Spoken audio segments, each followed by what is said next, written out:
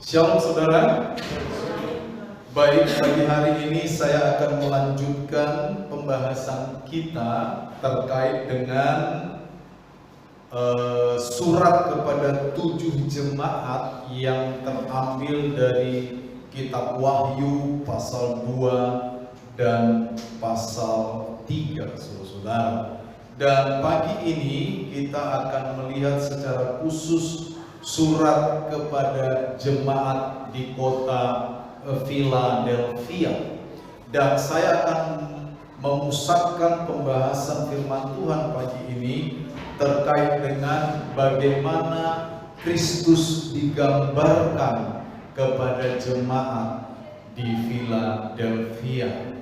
Dan nanti harapannya ketika kita sudah mendengarkan firman ini, kita akan semakin mencintai Kristus, ya, semakin mengasihi Kristus, dan dengan setia mengikut Kristus di dalam setiap tindakan kehidupan kita setiap harinya, saudara. Mari kita buka Alkitab kita di dalam kitab Wahyu pasal 3. Kita akan baca ayat 7 sampai ayat 13. Saya akan bacakan, saudara perhatikan di Alkitab kita masing-masing.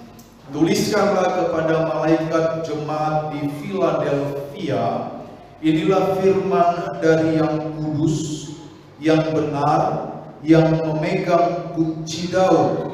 Apabila ia membuka, tidak ada yang dapat menutup. Apabila ia menutup, tidak ada yang dapat membuka. Aku tahu segala pekerjaanmu. Lihatlah, aku telah membuka pintu bagimu yang tidak dapat ditutup oleh seorang pun.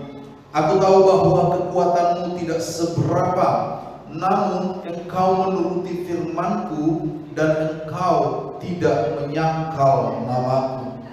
Lihatlah, beberapa orang dari jemaah iblis, yaitu mereka yang menyebut dirinya orang Yahudi, tetapi yang sebenarnya tidak demikian, melainkan berdusta, akan kuserahkan kepadamu.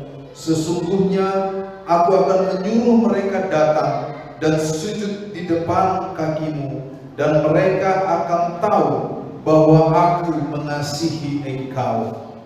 Karena engkau menuruti firmanku untuk tekun menantikan aku, maka aku pun akan melindungi engkau dari hari pencobaan yang akan datang atas seluruh dunia untuk mencobai mereka yang tinggal di bumi.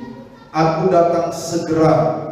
Peganglah terus apa yang ada padamu, supaya tidak seorang pun mengambil mahkotamu. Siapa menang, ia akan kujadikan tiang di dalam bait suci Allahku, dan ia tidak akan keluar lagi dari situ. Dan padanya akan kutuliskan nama Allahku, nama kota Allahku, yaitu Yerusalem baru, yang turun dari sorga dari Allahku, dan namaku yang baru. Siapa bertelinga, hendaklah ia mendengarkan apa yang dikatakan Roh kepada jemaat-jemaat. Nah, saudara-saudara, seperti yang di awal saya katakan, khotbah pagi ini akan memusatkan pembahasan kita terkait dengan bagaimana Kristus diperkenalkan kepada jemaat di Philadelphia, saudara. Dan dari situ nanti kita akan melihat keseluruhan bagian yang kita baca, sehingga kita dapat mendapatkan manfaat, ya, dapat mendapatkan manfaat dari pembacaan firman ini untuk nanti kita terapkan di dalam kehidupan kita sehari-hari. Baik, saudara, kita langsung saja lihat, ya. Yang pertama, saudara, Kristus diperkenalkan sebagai yang kudus. Kalau saudara lihat di ayat 7 bagian B dikatakan, inilah firman dari yang kudus. Jadi yang pertama kali Kristus kepada jemaat di Philadelphia itu diperkenalkan sebagai Kristus yang kudus.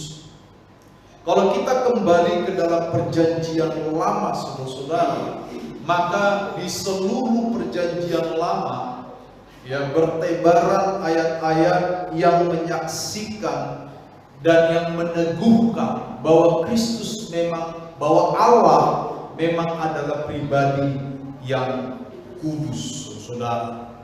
Ya, waktu Yesaya menerima penglihatan pada saat Yesaya dipanggil menjadi hambanya, dikatakan di sana kudus, kudus, kuduslah Tuhan. Ya, dan kata kudus di sana diulangi sebanyak 3 kali dan kita sudah pernah membahas ini. Ketika sesuatu diulangi 3 kali di dalam pikiran orang Yahudi, maka hal itu selalu dikaitkan dengan sesuatu yang ilahi. Ya, jadi ketika dikatakan kudus, kudus, kudus, itu adalah peneguhan yang kuat dalam pikiran orang Yahudi bahwa Allah adalah memang Allah yang kudus, saudara. Ya, kita juga bisa lihat di beberapa bagian seperti yang saya cantumkan di slide ini, saudara. Di semua bagian itu di dalam teks perjanjian lama, Allah selalu diperkenalkan sebagai pribadi yang kudus. Ya, nah di dalam perjanjian baru pun, ya di dalam teks perjanjian baru Allah juga diperkenalkan sebagai Allah yang kudus. Dalam hal ini Allah di dalam perjanjian baru lebih spesifik mengarah kepada pribadi Yesus Kristus. Ya, kalau saudara cek nanti di Markus pasal 1:24 dan Kisah Rasul pasal 3:14, di sana Yesus diperkenalkan sebagai pribadi yang kudus. Kudus itu sendiri artinya secara harfiah itu adalah terpisah atau berbeda dari. Sehingga ketika dikatakan Allah adalah Allah yang kudus, maka bisa kita maknai sebagai Allah yang berbeda dari semua unsur yang ada di alam semesta ini. Jadi Allah betul-betul berbeda. Allah tidak dapat disamai oleh apapun dan dalam hal apapun. Ya. Jadi ketika Allah diperkenalkan sebagai Dia yang kudus kepada jemaat di Philadelphia, saudara-saudara, maka orang-orang di Philadelphia memahami dan mengerti bahwa yang mereka sembah adalah Allah yang berbeda bahkan dari semua Allah-Allah yang disembah pada waktu itu di Asia Kecil, di mana gereja-gereja ini ada pada masa itu, saudara. Kita tahu seperti beberapa kali sudah saya jelaskan, Asia Kecil adalah pusat penyembahan dewa dan dewi.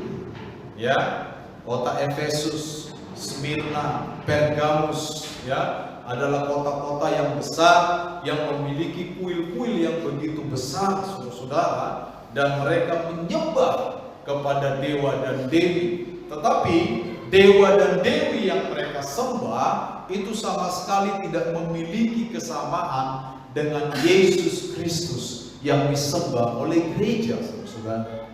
Dewa dan dewi yang disembah di Asia Kecil itu adalah dewa dan dewi yang mati.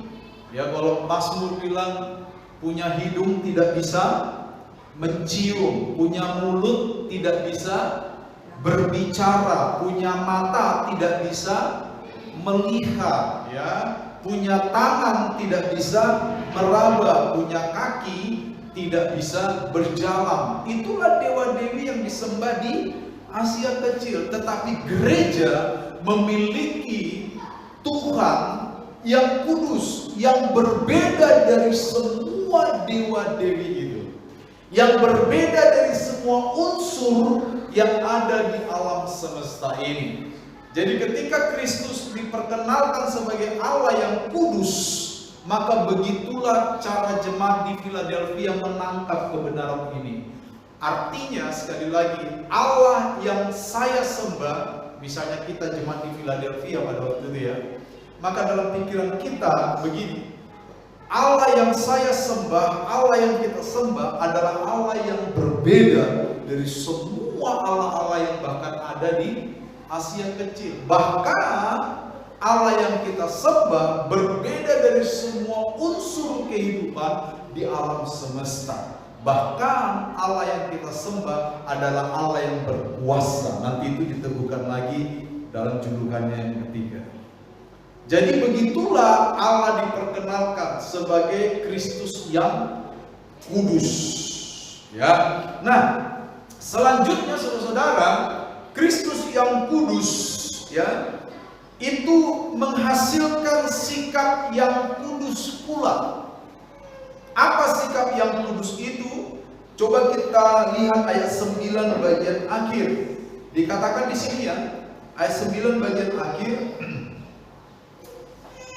sesungguhnya aku akan menyuruh mereka datang dan sujud di depan kakimu, dan mereka akan tahu bahwa aku mengasihi engkau. Kristus yang kudus, saudara-saudara, itu menghasilkan tindakan yang kudus. Apa tindakan yang kudus dalam teks ini? Bahwa Kristus mengasihi umatnya. Ya. Ketika Kristus mengatakan bahwa dia adalah Allah yang kudus, maka dampak dari kekudusan Kristus menghasilkan tindakan yang kudus. Dalam teks ini, tindakan kudus yang dimaksud adalah mengasihi. Ini penting buat kita, saudara-saudara. Kenapa begitu penting? Karena begini, karena nanti di seluruh teks perjanjian baru, khususnya teks-teks surat kiriman Rasul Paulus, kita orang-orang yang percaya kepada Tuhan itu disebut sebagai orang yang kudus, ya kan? Seperti kepada jemaat di Korintus, jemaat di Korintus disebut sebagai orang yang kudus, yang sudah dikuduskan. Nah, konsekuensi logisnya adalah ketika Kristus disebut sebagai pribadi yang kudus, maka Kristus menghasilkan tindakan yang kudus. Apa tindakan kudus tadi yang kita maksud? Yaitu Kristus mengasihi jemaatnya. Nah, ketika kita disebut sebagai jemaat yang kudus, maka apa yang kita hasilkan? Seharusnya apa? Juga sama dengan Kristus. Ketika kita dikatakan sebagai jemaat yang kudus, maka seharusnya kita juga menghasilkan tindakan yang kudus pula. Ya, artinya status kita itu harus mempengaruhi tindakan-tindakan kita. Betul? Sepakat kan di sini kan? Status kita, ya bukan status WA ya. Status kita sebagai anak Tuhan yang kudus itu harus mempengaruhi tindakan kita. Kalau kita disebut sebagai orang yang kudus, maka tindakan kita harusnya menggambarkan kekudusan kita. Sama dengan Kristus. Kristus disebut sebagai dia yang kudus, dan tindakannya adalah tindakan yang kudus pula. Itu sebabnya bagi kita orang-orang Kristen itu sangat teratur sebenarnya hidupnya. Saya pernah katakan orang Kristen itu hidup seperti di dalam sebuah bingkai. Betul? Ya. Kalau orang lain di luar kekristenan, ya mau bohong silahkan, ya kan, mau nipu silahkan. Kita nggak boleh begitu, karena kita ada di dalam bingkai kekudusan itu tadi. Sepakat? Kita nggak bisa bilang, dia begitu, saya juga begitu. Nggak bisa. Nggak bisa. Karena kita ada di dalam aturan kekudusan tadi. Ya. Kalau orang lain lain dengan mudahnya menipu orang-orang lainnya pula. Anak-anak Tuhan nggak boleh begitu, karena kita ada di dalam bingkai kekudusan tadi. Kita nggak bisa keluar dari pagar kekudusan itu, kecuali kita mau melanggar kekudusan Allah. Dan dampaknya kita jatuh dalam dosa. Upah dosa adalah kematian atau maut, saudara. Ya. Jadi ini penting bagi kita. Ketika Yesus diperkenalkan sebagai Dia yang kudus, maka Yesus menghasilkan tindakan yang kudus. Bagi kita, ketika kita jemaat Tuhan disebut sebagai orang-orang yang kudus, maka seharusnya tindakan-tindakan yang kita hasilkan adalah tindakan-tindakan yang juga kudus. Dan secara umum, seperti yang saya katakan tadi, kudus artinya berbeda dari. Kalau kita sebagai anak Tuhan, ya kita harus berbeda dari mereka yang di luar kita. Sepakat? Salah satu contohnya tadi gitu. Ya, kalau orang lain bebas berdusta, bebas menipu, bebas berbohong, kita nggak boleh, karena kita orang-orang yang sudah dikuduskan. Artinya kita berbeda dari mereka yang tidak dikuduskan tadi. Amin, saudara. Amin. Apakah saudara ada yang belum sarapan? Semua sudah sarapan, berarti cuma saya yang belum. Kenapa kurang semangat pagi ini? Apakah terlalu dingin? Jadi begitu saudara-saudara ya. Nah, Kristus yang kudus tadi menghasilkan tindakan yang kudus. Berikutnya Kristus yang kudus menghargai komitmen yang kudus. Kalau kita baca di ayat 10 dan 11, saudara perhatikan ayat 10 dan 11, dikatakan apa? Karena engkau menuruti firman-Ku, untuk tekun menantikan Aku, maka Aku pun akan melindungi engkau dari hari pencobaan yang akan datang atas seluruh dunia untuk mencobai mereka yang tinggal di bumi. Aku datang segera, peganglah terus apa yang ada padamu, supaya tidak seorang pun mengambil mahkotamu. Saudara, saya beritahu kita pagi ini, Allah yang kita sembah, Kristus yang diberitakan kepada jemaat di Philadelphia adalah Kristus yang kudus. Kekudusan Kristus menghasilkan sikap yang kudus. Yang kedua, kekudusan Kristus menghargai komitmen-komitmen yang kudus. Jadi jangan takut berkomitmen untuk hidup kudus. Amin. Ya. Kalau orang lain ya dapat sesuatu dari tindakan-tindakan yang tidak kudus, jangan tergoda. Ya, jangan tergoda. Jangan bilang, waduh enak dia ya. Dia dapat ini karena dia berani. Ya, berani melakukan sesuatu yang tidak baik. Jangan ikut-ikutan. Karena apa? Allah menghargai komitmen yang kudus. Karena hari ini mungkin engkau tidak memiliki apa yang teman memiliki karena engkau hidup benar dan jujur. Nggak apa-apa. Betul? Nggak apa-apa. Jangan lihat, waduh teman saya punya ini, punya itu. Kenapa ya? Oh dia berani nggak hidup jujur. Berani tipu-tipu bosnya. Berani ini dan itu. Jangan diikuti. Mungkin hari ini dia tampaknya berhasil. Tapi ingat, Allah menghargai komitmen kekudusan kita. Bagi Tuhan mudah sekali menjungkir balikan kehidupan seseorang. Sepakat nggak? Bagi Tuhan sangat mudah menjungkir balikan kehidupan kita. Bagi Tuhan ya. Untungnya, ini untungnya, Tuhan tidak pernah punya pikiran jahat tentang kita. Amin. Dia selalu bikin rancangan yang baik. Ya kan? Kita yang kadang sering, bukan kadang sering ya. Ini kalimat yang nggak perlu ya. Kadang sering. Kita yang sering, kita itu sering tergoda ya untuk mengikuti sesuatu yang tidak benar karena dalam pandangan kita menghasilkan sesuatu, betul? Iya kan? Memang perbuatan-perbuatan dosa untuk sementara waktu tampaknya nikmat untuk dijalani, tampaknya. Itu seperti yang saya bilang minggu lalu. Ya kan, masih ingat kata krebus?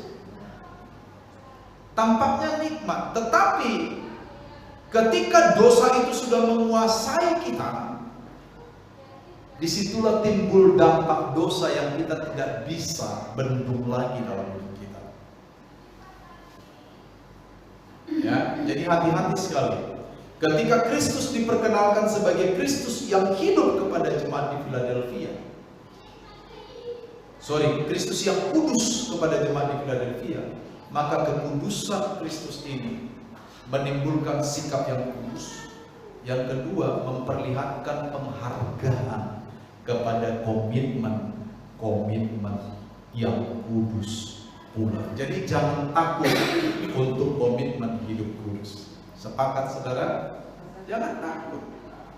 Jangan takut miskin karena engkau jujur dalam pekerjaanmu. Miskin dan kaya itu urusan Tuhan sebenarnya, selama kita bekerja dengan baik, ya. Betul? Ada firman Tuhan bilang, ya kan, kerja keras tidak akan menambahi apapun. Walaupun ini tidak bisa kita kutip lalu kita tidak bekerja. Maksudnya jangan mengandalkan kekuatanmu, itu maksudnya. Betul? Seperti itu, saudara. Sekali lagi, dalam sudut pandang yang negatif, ya, dalam sudut pandang yang negatif, camkan dalam pikiran kita masing-masing. Tuhan gampang menjungkir balikkan hidup kita kalau Tuhan mau. Ini saya berikan dari sudut pandang yang negatif. Walaupun saya percaya Tuhan tidak pernah bertindak semena-mena. Jadi kalau kita akhir-akhir ini mencoba-coba, ya, melanggar kekudusan kita, hati-hati saudara. Bagi Tuhan mudah menjungkir balikkan hidup kita dengan gampang. Mari kita camkan ini, walaupun kalimatnya dalam bentuk negatif. Ya, itu yang pertama. Kristus diperkenalkan sebagai yang kudus. Yang kedua, Kristus diperkenalkan sebagai yang benar.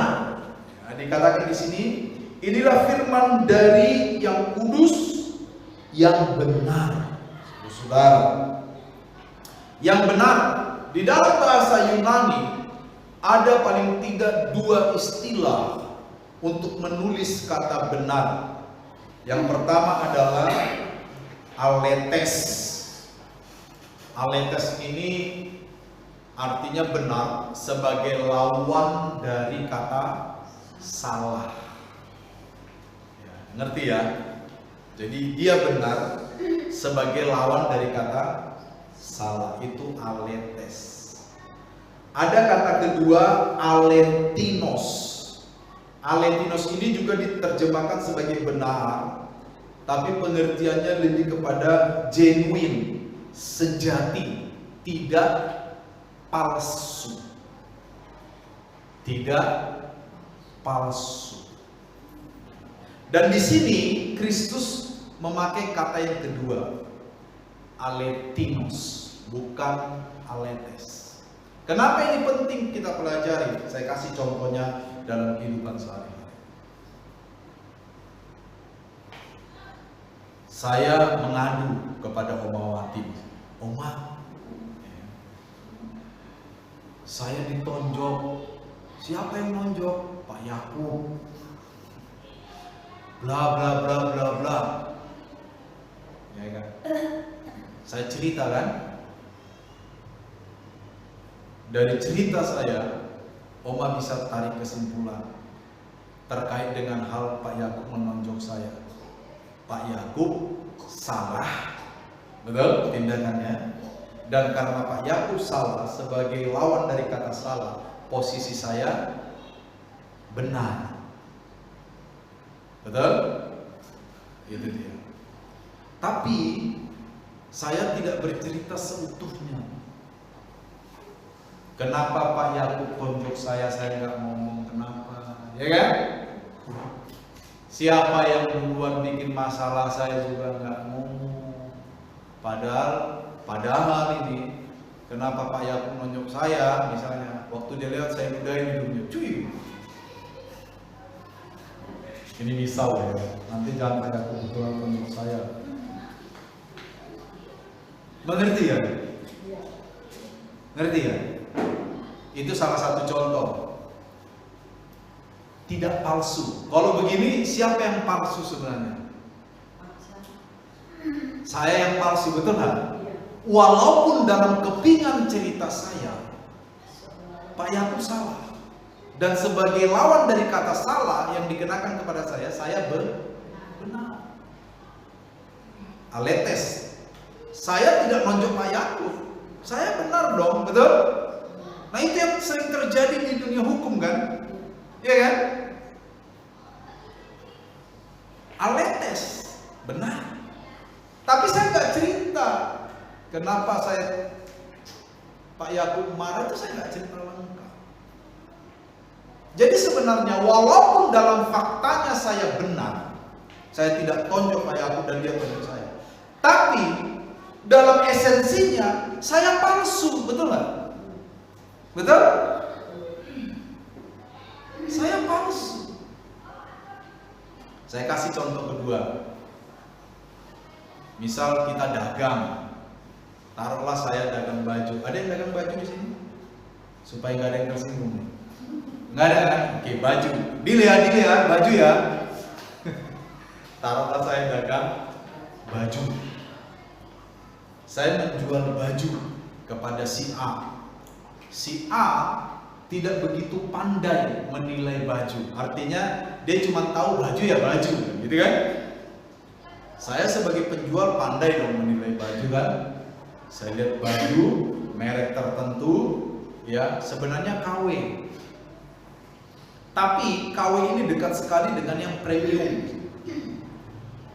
Lalu karena si A tidak mengerti mana KW mana premium, yang diri cuma bagus, lalu saya manfaatkanlah ketidakmengertiannya itu dalam berdagang. Lalu saya juallah kepada si A baju 900.000 dengan modal misalnya 25.000. Salah nggak saya? Hah? Enggak dong, saya jualan. Sekarang saya modal 25.000, saya jual 900.000, salah nggak? Lah kalau dia mau, betul nggak? Saya tidak salah, saya benar, aletes, tapi saya palsu. Saya memanfaatkan ketidaktahuannya dia. Mengerti ya? Saya palsu, saya nggak genuine, saya nggak sejati kebenaran. Palsu. Tindakan saya secara faktual benar. Sekarang siapa yang ngatur dagang-dagang ambil boleh untung berapa persen? Ada aturannya? Nggak ada kan? Di dunia trading nggak ada tuh. Kalau modal sekian, ya paling tinggi sekian persen lah. Itu hanya bicara etika saja betul lah, dan rasa kan? Nggak ada aturan hukumnya. Saya beli tag 20.000, lah kalau orang mau saya jual 20 juta dia beli, kenapa enggak? Secara fakta saya benar. Tapi karena saya memanfaatkan ketidakmengertiannya, maka saya menjadi palsu. Mengerti bedanya? Mengerti bedanya? Nah, Kristus dipakai di sini kata aletinos. Artinya apa? Kristus itu bukan sekedar benar sebagai lawan dari salah. Kristus itu sejati kebenarannya. Sejati kebenarannya. Dia tidak memanfaatkan ketidaktahuan orang, ya kan? Dia tidak memanfaatkan kelemahan orang. Tidak. Kebenaran Kristus itu alethenos, sejati.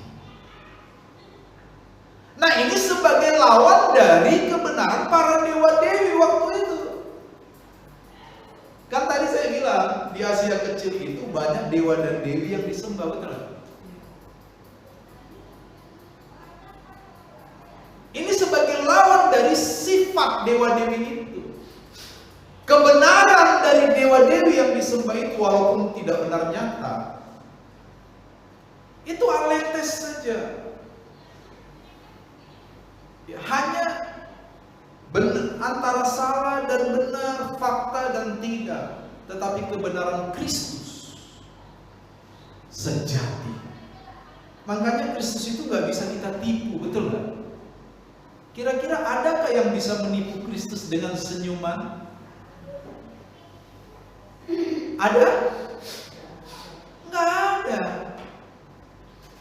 Nggak ada Kristus. Terus Kristus, dia senyum, berarti baik orang ini. Loh, firman Allah berkata, manusia melihat apa yang di depan mata, tetapi Tuhan melihat hati. Hati-hati dengan hati. Iya dong. Manusia bisa bersandiwara, betul lah. Saya bisa senyum di depan Ibu Lince dapat tanda, tapi hati saya nggak senang sama dia.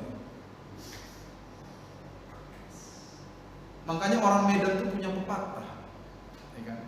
Kira-kira pepatahnya begini. Orang Medan kan suka pantun karena keturunan Melayu. Ya kan? Kira-kira begini. Walaupun muka penuh ceria, hati di dalam rusak binasa. Hati-hati. Makanya istilah orang Medan itu ada yang disebut tikam cantik. Tikam tapi cantik. Ada yang mau ditikam cantik? Itu kan penuh sandiwara kan? Kebenaran Kristus itu nggak begitu. Kebenaran Kristus itu sejati, alethenos. Dia tidak bersembunyi di balik ketidaktahuan orang. Beda dengan kebenaran-kebenaran di luar Kristus. Kebenaran di luar Kristus, ya kan? Kebenaran di luar Kristus, saya kasih contoh ya. Pak Yakub baik sama saya. Misal saya sering ditraktir. Misal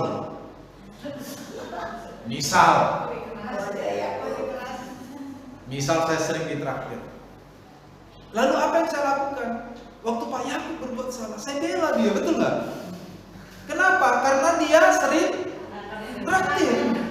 Jangan sampai kalau saya tidak membela dia, traktir berhenti. Itu kan banyak manusia begitu kan? Banyak manusia tidak sejati. Makanya isu sejati dijadikan lagu sama orang Malaysia. Tahu lagunya? Sejati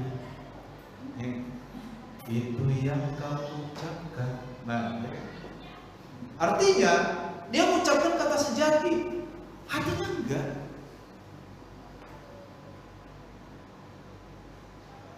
Allah melihat apa yang di dalam hati. Manusia melihat apa yang tampak di hadapan mata. Dari sini saja kita bisa melihat bagaimana jauhnya perbedaan antara kita dengan Allah.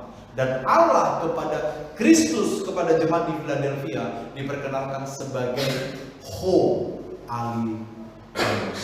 Artinya yang benar. Bukan bukan apa tadi? Aletes, tapi Ho Aletheos. Yang benar. Dalam bahasa Yunani kata Ho itu berarti subjek. Ho Aletheos, yang benar. Dan kebenaran yang Kristus punya adalah sejati, tidak palsu. Ya kan? Dalam kembali ke kasus waktu Pak Yakub tonjok saya tadi, masih ingat kasus itu? Masih ingat? Masih. Oke.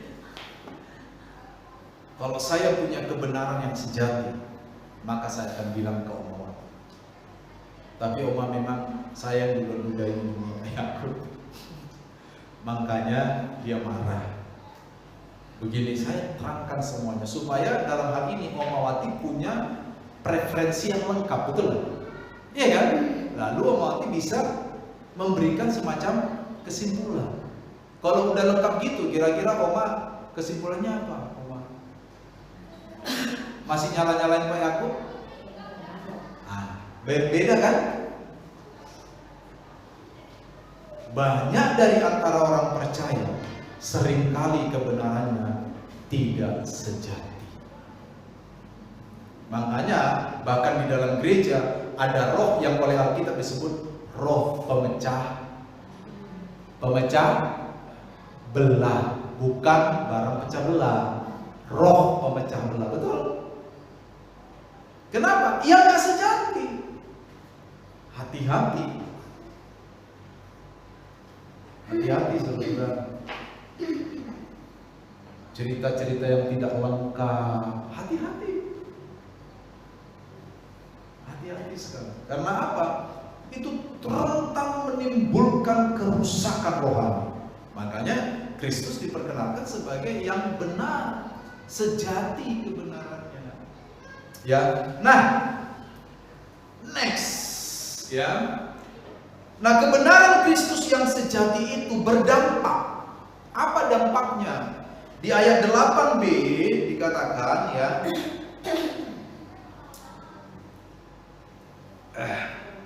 di ayat 8 aja ya. Aku tahu segala pekerjaanmu, lihatlah, aku telah membuka pintu bagimu yang tidak dapat ditutup oleh seorang pun. Perhatikan B-nya.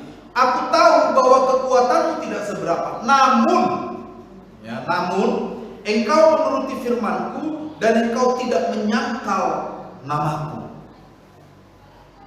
Kebenaran Kristus itu mempengaruhi tindakan jemaat. Bagi kita hari ini, saudara, itu juga berlaku. Setiap kebenaran yang kita dengarkan dari khotbah, dari pembacaan firman Allah, seharusnya mempengaruhi sikap hidup kita. Sepakat? Itu dia. Saya sering berikan contoh yang terus saya ulang sampai saudara bosan. Ya kan? Umur berapa saudara tahu kalau berbohong itu dosa? Masih kecil. Masih bohong sampai sekarang? Sedikit-sedikit, masih kadang-kadang. Artinya apa? Kita manusia masih sering tidak sesuai antara perbuatan dan pengetahuan kita. Dalam dunia psikologi pendidikan itu disebut pengkhianatan kaum intelektual. Betapa banyaknya para pengkhianat intelektual hari ini, betul? Mereka yang secara pengetahuan cerdas, tapi tindakan mereka tidak cerdas. Itu pengkhianat kaum intelektual. Kalau saya bicara kaum intelektual, itu tidak sekedar mereka yang sekolahnya tinggi-tinggi. Semua yang punya pengetahuan adalah mereka yang punya intelektualitas, betul? Contohnya tadi itu aja. Siapa di sini yang tidak tahu kalau bohong itu dosa? Angkat tangan. Semua tahu? Tahu Pak? Tahu bohong itu dosa? Semua tahu ya, sepakat ya? Tapi kita masih sering bohong ini.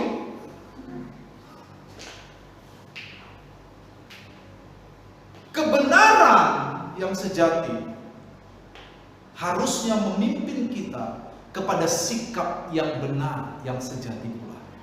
Itu yang diinginkan Kristus. Makanya apa yang dilakukan Kristus di sini?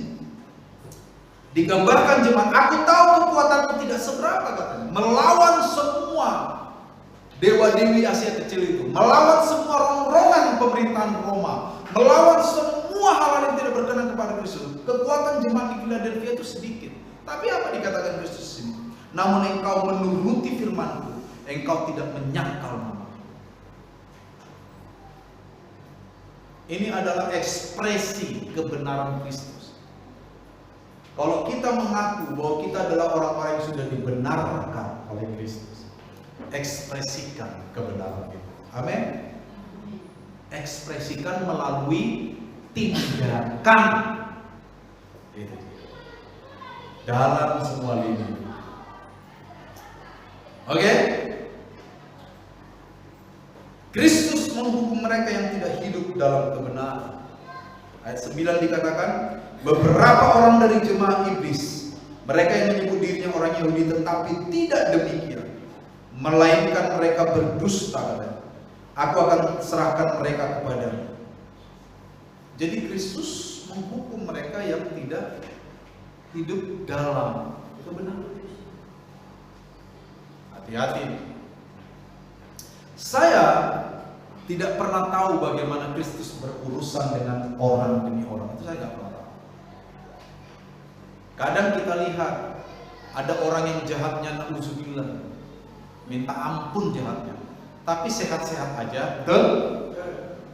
Dulu di depan sini kan markasnya mabuk dan semuanya.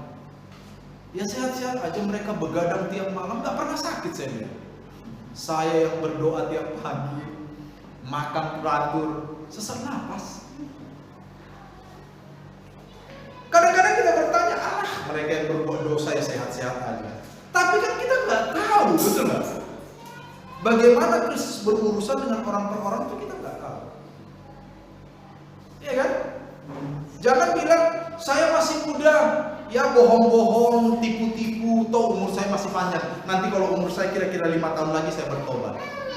Emang tahu kapan umurnya berakhir? Nggak tahu. Kita nggak tahu. Artinya motivasinya di sini, ketika Kristus adalah Kristus yang benar dan kebenarannya sejati, maka jemaat meneladani Kristus. Jemaat harus menghasilkan tindakan-tindakan yang benar. Sepakat ya?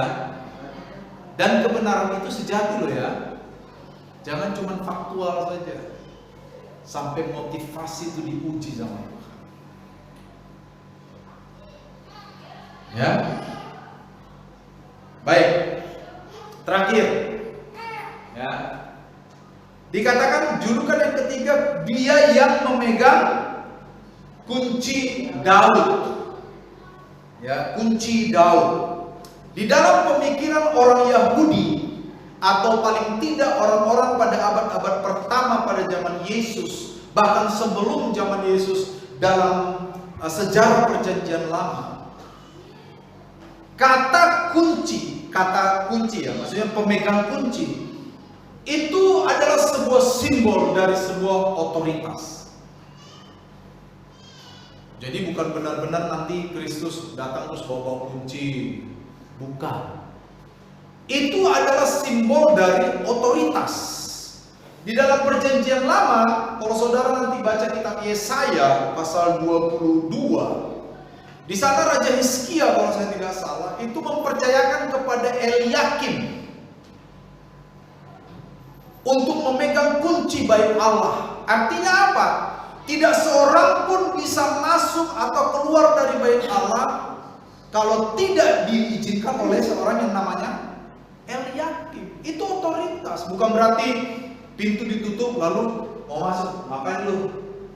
Ini kunci. Bukan itu maksudnya. Atas titah Eliakim seorang boleh masuk. Atas titah Eliakim seorang harus keluar. Itu maksudnya. Dan ini bicara tentang otoritas. Ini bicara tentang otoritas. Dan dikatakan di sini Kristus memegang kunci Daud. Artinya apa? Kristus adalah pemegang otoritas. Otoritas mutlak loh.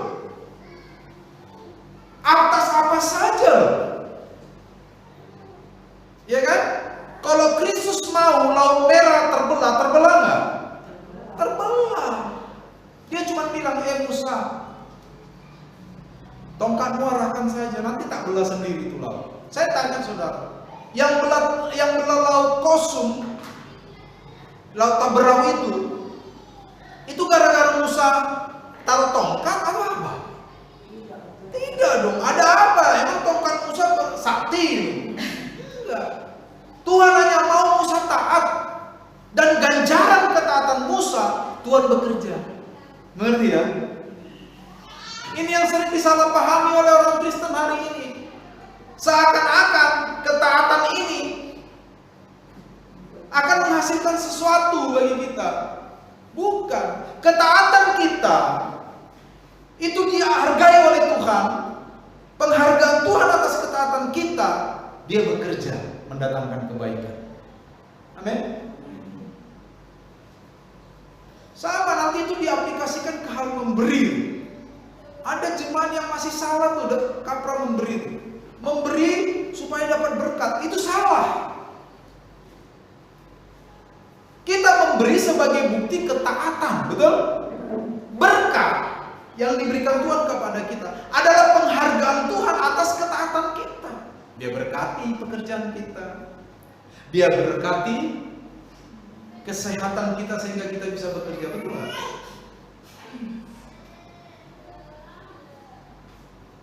Tapi di satu sisi lain ada yang ekstrim juga. Ada yang bilang gini, kalau begitu kita nggak perlu memberi dah sama Tuhan, nggak apa-apa. Toh Tuhan nggak marah kalau kita nggak memberi. Itu juga pemahaman yang salah. Mengerti ya? Kenapa kita memberi kepada Tuhan? Menunjukkan ketaatan kita. Betul? Kenapa kita memberi kepada Tuhan? Menunjukkan kasih kita kepada Tuhan. Nah, Tuhan memberkati kita bukan pemberian kita ini karena bukan, tapi karena kita dihargai ketaatan kita itu.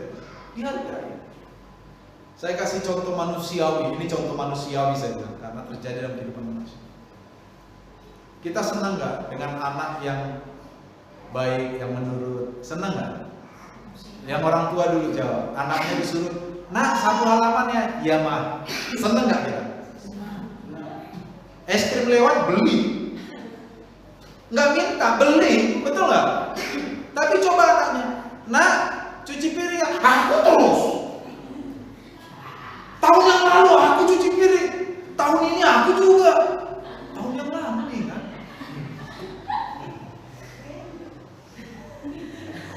Pengalaman pribadi. Kira-kira mamanya gimana? Biar dia minta es krim, mamanya pura-pura nggak dengar itu. Dalam hati, kamu suruh cuci piring aja, ngeluh kok itu. Ketaatan adalah simbol dari tindakan kasih kepada Allah. Amin. Ketika jemaat taat, ya, ketika Musa taat, tadi kita dalam konteks Musa, ketika Musa taat, Tuhan membelah laut Tabura. Ingat, laut Tabura terbelah bukan karena Musa mengulurkan tongkatnya lalu tongkat belah laut itu, bukan. Allah punya otoritas karena Yesus adalah pemegang kunci Daud. Termasuk otoritas kepada siapa? Hidup kita. Sepakat ya? Itu sebabnya saya sering bilang sama kita, jangan pernah main-main lagi sama Tuhan. Jangan pernah main petak umpet sama Tuhan. Tahu main petak umpet? Kejar-kejaran, Tuhan gak lihat nih, ya kan? Lagu anak sekolah minggu itu bagus tuh. Apa itu? Mata Tuhan melihat apa yang engkau buat. Lihat yang baik, lihat yang jahat. Oleh sebab itulah jangan berbuat jahat. Ingat, Tuhan melihat. Biasanya anak sekolah minggu pas ingatnya itu keras banget. Ingat, Tuhan melihat. Lalu firman Allah berkata, mata Tuhan ada di segala tempat. Jadi kita sebenarnya nggak bisa main petak umpet sama Tuhan. Emang kalau kita masuk lemari terus kita sembunyi dalam lemari, Tuhan nggak lihat gitu. Siapa yang pernah main petak umpet sama Tuhan? Aduh, saya mau bikin dosa nih. Mau maki-maki orang dulu, tapi supaya Tuhan gak lihat saya maki-maki. Dalam lemari maki-maki orang. Terus Tuhan bilang, lu kemana tadi anakku ya? Kok bisa sulap dia ini ya? Kayak David Copperfield ini. Gak bisa, saudara-saudara. Tuhan adalah pemegang kunci Daud. Ini bicara otoritas. Apa yang dia buka tidak bisa ditutup oleh seorang pun. Apa yang dia tutup tidak bisa dibuka oleh seorang pun. Dalam kehidupan kita sebenarnya ini kita bisa aplikasikan seperti ini. Jangan khawatir, saudara. Kalau kita hubungkan dengan fortune ya, fortune itu berarti keberuntungan hidup kita secara, misalnya lah secara finansial. Kalau orang menahan hakmu, ini saya tanya, kalau orang menahan hakmu, perjuangkanlah hakmu dengan benar, oke? Tapi kalau setelah berjuang dengan cara yang benar pun hakmu tidak kembali, ingat, kalau Tuhan sudah buka berkat-berkat buat kita, siapapun orang di muka bumi ini, nggak ada yang bisa menutup. Tapi orang yang berbuat curang akan mendapatkan balasan. Mengerti ya? Sama, dalam kehidupan kita semua begitu. Secara hukum duniawi, kita selalu punya hak untuk memperjuangkan segala bentuk hak kita di mata hukum, betul? Ya kan? Secara hukum duniawi. Tapi kalau setelah melakukan hukum-hukum duniawi, kebenaran-kebenaran duniawi itu, toh hak kita nggak kembali. Ingat, Tuhan tidak pernah kalah oleh apapun. Bukan berarti dia harus dibalas, bukan. Bukan. Artinya adalah apa yang Tuhan buka di dalam hidup kita itu nggak akan pernah ditutup oleh siapapun. Sepakat nggak? Sepakat. Ini penting. Kenapa? Karena kita masih hidup di bumi ini. Akan banyak peristiwa-peristiwa yang akan kita alami, di mana kita akan diperlakukan tidak adil, bahkan oleh saudara kita sendiri mungkin, atau oleh siapapun yang dekat dengan kita. Apakah Tuhan tidak punya otoritas terhadap diri kita? Dengan asumsi bahwa kita adalah orang yang setia sama Tuhan, saya percaya Tuhan akan terus menopang kita, dan apa yang perlu kita peroleh Tuhan pasti kasih. Amin. Ya. Dampak dari otoritas Kristus, dia membuka pintu yang tidak dapat ditutup oleh seorang pun, dan dia menutup pintu yang tidak dapat dibuka oleh seorang pun. Selain makna yang tadi saya sampaikan, kata menutup dan membuka ini juga punya makna misiologis, saudara. Ya, gini. Ketika Tuhan mengatakan kepada jemaat di Philadelphia, aku telah membuka pintu bagimu yang tidak dapat ditutup oleh seorang pun, saudara. Ini memiliki makna misi. Kenapa memiliki makna misi, saudara? Ya, kota Philadelphia itu dulu adalah sebuah kota perbatasan. Kota perbatasan yang terletak di perbatasan kota Lydia, kota Misia, dan kota Frigia. Nah, kota ini dulunya didirikan secara khusus dengan satu tujuan. Apa tujuannya? Kota Philadelphia didirikan untuk menyebarluaskan paham dan kebudayaan Yunani kepada masyarakat sekitar. Jadi kota Philadelphia ini sebenarnya adalah kota misi. Walaupun pertama-tama kota Philadelphia ini terkait dengan misi budaya, di mana kota Philadelphia ini didirikan supaya negeri-negeri di sekitarnya itu bisa mengenal budaya Yunani, bahasa Yunani, dan sebagainya. Ya, itu awal-awal tujuan didirikannya kota Philadelphia ini sebagai kota misi budaya. Nah, selanjutnya ketika Kristus berkata kepada jemaat di Philadelphia, aku telah membuka pintu bagimu Ini juga bisa dimaknai sebagai perubahan. Kota Philadelphia yang tadinya sebagai kota misi budaya, sekarang menjadi kota misi rohani. Mengerti ya? Jadi ketika Allah berkata, aku akan membukakan pintu bagimu, ini berarti, hei kota Philadelphia, kamu tadinya adalah kota misi budaya. Kota Philadelphia adalah kota yang menyebarluaskan budaya Yunani supaya orang di sekitarnya mengerti budaya Yunani. Sekarang yang kamu sebarkan adalah firman Allah. Yang kamu sebarkan adalah kebenaran Tuhan. Dan ingat, ketika engkau menyebarkan kebenaran firman Tuhan itu, tidak ada seorang pun yang dapat menutup jalanmu. Kira-kira itu maknanya. Kalau kita periksa di dalam teks perjanjian baru, saudara-saudara, pintu yang terbuka itu selalu terkait dengan pemberitaan Injil. Ya. Kisah Rasul 14:27, 1 Korintus 16:9, 2 Korintus 2:12, Kolose 4 ayat 3. Semua di ayat ini ada pintu yang terbuka, dan itu selalu terkait dengan pemberitaan Injil. Jadi sekali lagi, kota Philadelphia akan dijadikan Tuhan yang tadinya kota misi budaya menjadi kota misi rohani. Dan ketika Tuhan menjadikan kota Philadelphia menjadi sebuah kota misi rohani, tidak ada satu otoritas pun yang dapat menutup, termasuk otoritas kegelapan, karena yang memegang kunci dalam adalah Kristus. Amin, saudara. Itu dia. Ya, dan yang terakhir, saudara, ya, apa upah bagi mereka yang tetap setia?